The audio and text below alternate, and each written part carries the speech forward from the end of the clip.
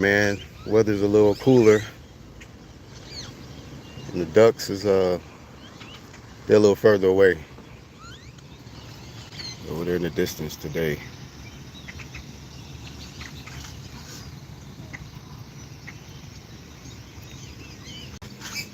But anyway, man, I got a topic. So there's supposed to be a fight taking place this weekend.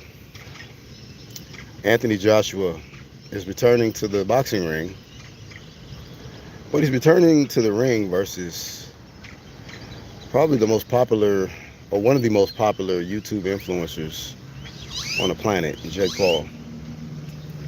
You know, Jake Paul has built up a pretty decent, not decent resume, but he's built up a little bit of a resume with MMA guys, retired MMA guys, and a few boxers here and there. He fought Tommy Fury, fought Mike Tyson, retired, you know, uh, retired Hall of Famer Mike Tyson.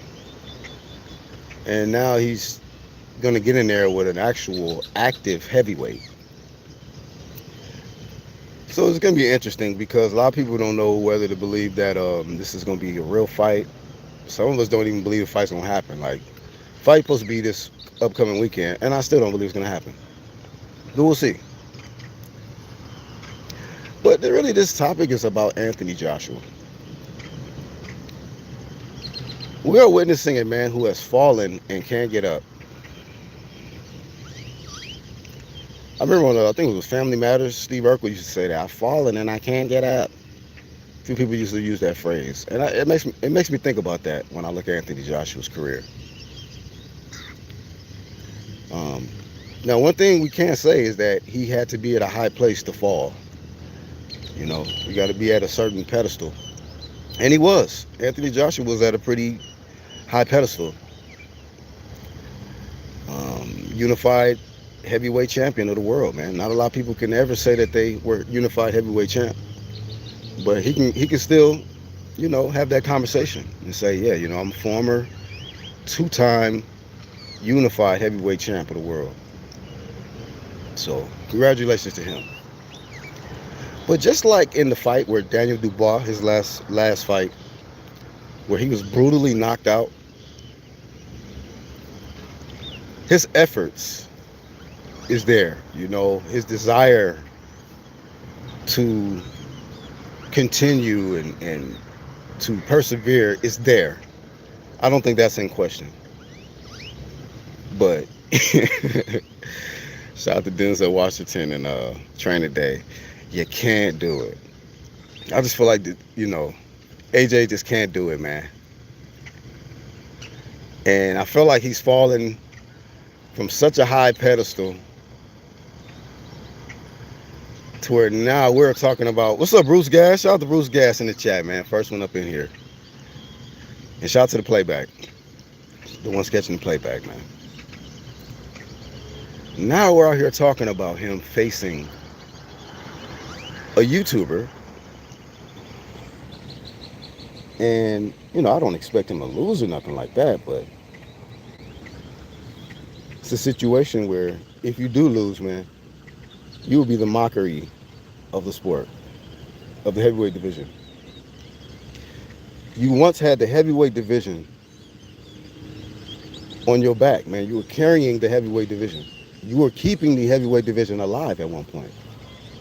Because even though Deontay Wilder had this spectacular KO power and that right hand was just ending everybody, but you were doing the legacy type stuff while Wilder was doing the, you know, victory parade with the WBC belt. Look at me, y'all. Look at me and Sophia, as he called the belt, you know. And all the fans ever wanted was just like, hey, man, give us the undisputed. Vinny Durant, what's up, man? Smash the like button for me, man. Shout out to you, bro. But Anthony Joshua was basically putting on for the heavyweight division and showing the world that, you know what? There is some heavyweights out here that still care about legacy, and still got the cojones to face all the top dogs in the heavyweight division. Anthony Joshua tried. He definitely tried. He fought Usyk twice and failed twice. You know what I mean? And that's okay. You know, when he got his ass whooped by Andy Ruiz, he grew out his afro, went back to the drawing board, and won the rematch. You know, so in the midst of what he's dealing with right now, I can always draw from his accomplishments and balance it out and say that he's done some tremendous things in the sport. But this shit right here, Cat Williams' voice, this shit here, nigga, with Jake Paul, this is a fall. This is a fall from grace, man. This is a fall from big champ territory, man. You know, if you was really still on some big champ shit, you would run the fade back with Daniel Dubois. Daniel Dubois just got his ass whooped in the rematch versus Usyk. This is a perfect time for you and him to settle the score, you know? And for you to basically put your name back in the conversation of, nah, I'm still here. You know? I'm better than this man. He just had, you know, that was his night, but he's not better. So it's just one of them situations where he's fallen, and I don't think he'll ever get back up. I'm not rooting against him or nothing like that. Like I said, he's done some great things. I think that he's a good dude and all of that. I don't know nothing about his personal life. Kind of mysterious, kind of private and all of that. It's irrelevant. But as far as what he's doing in his... And like I say, I think, honestly, I can't 100% blame him because I just think Eddie Hearn is in a full meltdown mode as a promoter. And the decisions he's making for his fighters, these contracts, these deals that they're making, is just looking terrible right now. Eddie's looking terrible. His fighters are starting to look terrible. You got Dalton Smith about to get in the ring with Sabril Matias, who's juiced up off Osterine. And we know the WBC be clearing. We be clearing. You know, they be clearing the cheaters. So, it's one of them things where a lot of bad business moves, I feel, taking place. And a lot of fighters have been put in harm's way. And a lot of these fighters' legacy is kind of being tarnished by some of these moves that they're making. So, with that much said, you know, hopefully Anthony Joshua's getting a good enough paycheck, because this move right here it's pretty much a like I say, it's a back step. You know, it's like taking 8 steps back. It's like, what is this? You know, I remember shitting on Tommy Fury for fighting Jake Paul. So it's like, really, Anthony Joshua, you of all people? It's crazy. There's many different fighters he could have chose in the heavyweight division, but this is what you chose. So hopefully he don't take a dive like a lot of people believe Mike Tyson did versus Jake Paul. Hopefully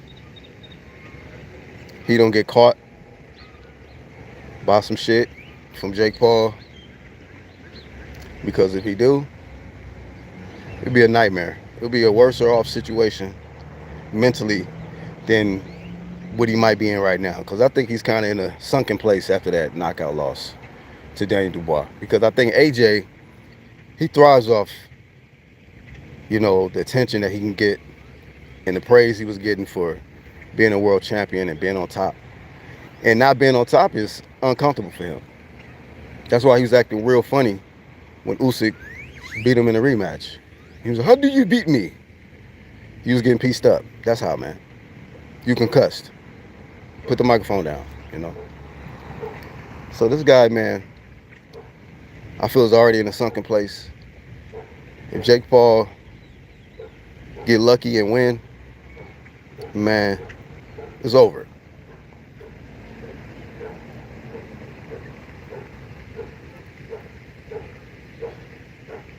I'm saying next year might be very okay. I mean, we'll see. That is a wow.